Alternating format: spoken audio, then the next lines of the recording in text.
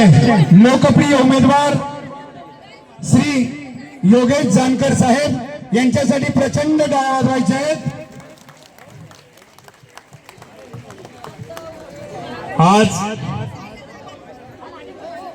ठाणे महानगरपालिका 2025-2026 सार्वत्रिक निवडणूक या निवडणुकीला उपस्थित आमच्या सर्वांचं दैवत, आपल्या सर्वांचं दैवत माननीय लताताई शिंदे वहिनी, तुमचा आभार मानतो की एवढ्या व्यस्त वेळेत पूर्ण ठाण्यामध्ये नाही तर पूर्ण मुंबईमध्ये वहिनींना जायला लागतं, महाराष्ट्रामध्ये जायला लागतं, पण आपल्या इकडे आल्यात त्याबद्दल वहिनींचं आपण टाळ्या वाजवून सर्वांनी स्वागत करायचं आहे। आणि सगळ्यांची नावं घेत नाही, उपस्थित मंच, सगळे उमेदवार, आज आपण बघितलं की वहिनी इथे किसन नगर असू दे, श्रीनगर असू दे, शांतीनगर असू दे किंवा वागळे इस्टेट असू दे, ठाणा असू दे, हा बालेकिल्ला फक्त शिवसेनेचा आहे आणि इथे धर्मवीर आनंद दिघे साहेब आणि एकनाथ शिंदे साहेब यांचाच बालेकिल्ला राहणार, त्याच्या पुढेही त्यांचाच बालेकिल्ला राहणार, हे आज आपण दाखवून दिलेलं आहे। वहिनी, जेव्हा मागच्या वेळी 4 नगरसेवक 2017ला आम्ही 17 मधून निवडून आलो, 16 मधून इथे आपले 4 नगरसेवक निवडून आले, शिंदे साहेबांच्या, एकनाथ शिंदे साहेबांच्या आशीर्वादामुळे 4ही उमेदवार आपले चांगल्या मताने निवडून आले। त्या काळात आपले 4ही नगरसेवक चांगल्या प्रकारे काम करत असताना एक नगरसेवक त्यातला बाकीच्या आपल्या 3 नगरसेवकांना कधी काम करूनच दिलं नाही। इकडे शांतीनगरमध्ये फिरत असताना, आता प्रचारात फिरत असताना आम्हाला लक्षात आलं की बरीचशी कामं पेंडिंग आहेत। बाकीच्या ठिकाणी आम्ही गेलो तर सगळी कामं पूर्ण आलेत, सगळीकडे कामं झालेत, इकडे पाण्याचा विषय, बरेचसे प्रश्न आहेत। नंतर लक्षात आलं की आमचे 3 नगरसेवक जेव्हा जायचे प्रचाराला किंवा काम करायला, जेव्हा फाईल पास झाली बाबा नारळ फोडायला, तर इथला एक नगरसेवक यायचा, शांतीनगरमध्ये कोणी यायचं नाही, हे शांतीनगर माझं आहे, आणि काम करून दिलं नाही आमच्या 3 नगरसेवकांना। गुरमुख सिंग जी असतील, वाघ मॅडम असतील आणि सचिन कांबळे असतील, मनीषा कांबळे, या तिघांनाही काम करून दिलं नाही। शांतीनगरमध्ये वरच्या भागात पण कोणी यायचं नाही, खालच्या भागात पण कोणी यायचं नाही, प्रायव्हेट प्रॉपर्टी असल्यासारखं इथे भासवलं गेलं। पण त्यानंतर महाराष्ट्राचे मुख्यमंत्री जेव्हा शिंदे साहेब झाले, महाराष्ट्राचे मुख्यमंत्री जेव्हा शिंदे साहेब झाले, त्या काळात साहेबांनी नगर विकास खात्यातून, या राजेश्री वहिनी या,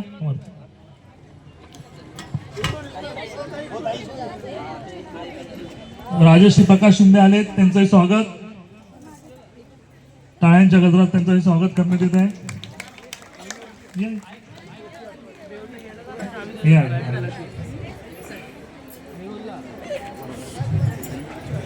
वहिनी, 2017 ते 22 नगरसेवकचा टर्म होता। 22 नंतर आपण जेव्हा निधीची कमतरता झाली तिथे, तेव्हा महाराष्ट्राचे मुख्यमंत्री आपले शिंदे साहेब जेव्हा झाले, तेव्हा या भागाला शशीभाऊ जाधव असतील, त्यांनी एक 3 कोटी 3.5 कोटी रुपये मंजूर करून आणले शांतीनगरमध्ये खालच्या भागात, वरच्या भागात काम करण्यासाठी।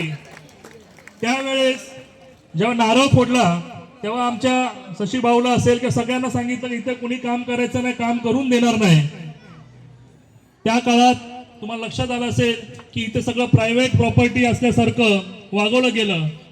तर माझं एवढंच म्हणणं आहे वहिनी, इथे शांतीनगर असू दे, सगळ्या गोष्टीमध्ये शिंदे साहेबांनी जो निधी दिलाय ह्याचा आम्ही कधीही चुकीचा वापर करणार नाही। आणि सर्वात महत्त्वाचा प्रॉब्लेम म्हणजे जेव्हा आम्ही काल बिल्डिंगच्या बैठका घेतल्या तेव्हा पाण्याचा विषय आला। इथे पाणी येतं पण 36 तासांनी 28 तासांनी टायमिंगवर येत नाही। मागच्या महिन्यामध्ये जेव्हा शिंदे साहेबांनी एक नगर विकासला एक बैठक घेतली, त्या बैठकीमध्ये महापालिकेमध्ये निधी नसल्यामुळे नगर विकास खात्याकडून शिंदे साहेबांनी एक 6 कोटी रुपये लगेच शांतीनगरसाठी मंजूर करून दिले आणि शांतीनगरला वेगळी टाकी ही निर्माण करून दिली। आणि ती जागा नव्हती अवेलेबल, तेव्हा मनोज तुकाराम शिंदे यांच्या वडिलांनी आपल्याला ती जागाही आपल्याला मोफतमध्ये तिकडे करून दिली, त्याबद्दल त्यांचाही आभार मानला जातोय। पण शिंदे साहेबांनी पण लगेच, एकनाथ शिंदे साहेबांनी कुठलाही शांतीनगर हा विषय आला, कैलासनगर विषय आला, तर लगेच एका मिनिटात 6 कोटी रुपये दिले, म्हणून शिंदे साहेबांचं आपण कौतुक करू आणि अभिनंदन मानू। साहेब, जेव्हा वहिनी, जेव्हा आम्ही सभागृहात असायचो, प्रत्येक महिन्याला एक सभा असते, महासभा, तर महासभेला जेव्हा महापौर स्टार्टिंगला आम्ही आलो की शाळेमध्ये कसं कोण आलं नाही तर एक नोट असते येत नाही म्हणून. तर आमच्या 131 लोकांमध्ये 131 नगरसेवक होतो, कोणाचीच सभेला काही यायचं नाही, एकच माणसाचं यायचं. 131 दिवस 60 वेळा आम्ही महासभेत गेलो, त्यापैकी पूर्ण 5 वर्षामध्ये 6 वेळा फक्त येणारा हा माणूस आहे इथला उमेदवार. बाकी 54 वेळा आजारी असल्यामुळे आलो नाही, आजारी असल्यामुळे आलो नाही, आजारी असल्यामुळे आलो नाही. तर अशा माणसाला निवडून द्यायचं का शिंदे साहेबांनी जे आमच्यावर चौघांवर म्हणजे अ मधून दर्शना जानकर, प मधून मनप्रीत कौर गुरमुख सिंग, ब मधून शिल्पाताई वाघ, क मधून मनप्रीत गुरमुख सिंग आणि ड मधून मनोज तुकाराम शिंदे, ह्या माणसांवर जेव्हा एकनाथ शिंदे साहेबांनी जेव्हा शिलेदार दिले, त्या चौघांनाही निवडून आणण्याचं काम ही शांतीनगर, कैलासनगर, श्रीनगर, वारलीपाडा, रामनगर आणि सीपी तलाव आणि ITI ही सगळी जनता करणार. वहिनी, तुम्ही आज इकडे आलात, शिंदे साहेबांनी आम्हाला विचारलं की मला तिकडे यायला लागेल का? म्हणलं साहेब तुम्ही फक्त रॅली काढली तरी आमचा विषय होणार आहे, आणि आज तर वहिनी आले तर विजयचा हे समोर दिसतं हे विजय आहे, एवढंच मी सांगतो. आणि दुसरा विषय जे क्लस्टर शिंदे साहेबांनी आमच्यासाठी केलं, पाणी दिलं, रस्ते दिले, निधी दिला, पण विषय राहिला होता क्लस्टरचा, मोडकळी झाले इमारतींचा. शिंदे साहेबांनी 2004 पासून जेव्हा पहिल्यांदा आमदार झाले त्या काळापासून आपण बघितलं 5 ते 6 वेळा त्यांनी आंदोलन केलं, 2 वेळा तर मंत्रालयापर्यंत चालत गेलो आपण.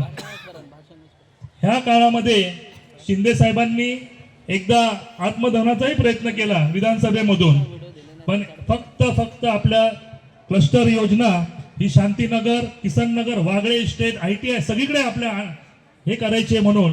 आणि जेव्हा महाराष्ट्राचे मुख्यमंत्री साहेब झाले त्याच्या 15व्या दिवशीच साहेबांनी पूर्ण सिडकोची बैठक घेऊन पूर्ण निधी हा कुठला बिल्डर करणार नाही, तर हा फक्त गव्हर्नमेंट करणार, म्हणजे कुठला बिल्डर पळून जाण्याचा विषय राहणार नाही, म्हणून शिंदे साहेबांनी अख्खा निधी हा फक्त आपल्या वागळे इस्टेट ठाण्यासाठी दिला, त्यामुळे त्यांचं अभिनंदन करतो. दुसरा प्रश्न होता वहिनी की लोकांना भीती वाटत होती आपली घरं तोडली तर आपल्याला क्लस्टरमध्ये जाताना वेळ लागेल बिल्डिंग बांधायला. तर शिंदे साहेबांनी MIDCचे सर्व प्लॉट वागळे इस्टेट मधले बरेचसे 10 ते 12 प्लॉट घेतले आणि तिथे पहिलं डेव्हलप करणार आणि नंतर आपली घरं खाली करणार, म्हणजे कोणाला भीती नाही की भाडं भेटणार हे भेटणार, त्याचा विषयच राहिला नाही. म्हणून शिंदे साहेबांचं कौतुक करावं की MIDCचे प्लॉट घेतले.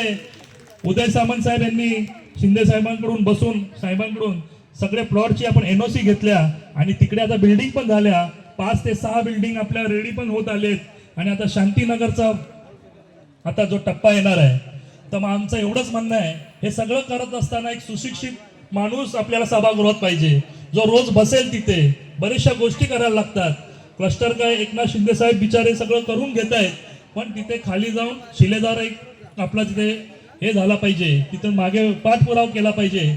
म्हणून योग्य तो उमेदवार तुम्हाला माहित आहे, 4ही धनुष्यबाण दाबायचे, बाकी दुसरं करण्याचे नाव तुम्ही बघायचंच नाहीये, फक्त धनुष्यबाण बघून 4ही उमेदवारांना निवडून द्यायचंय.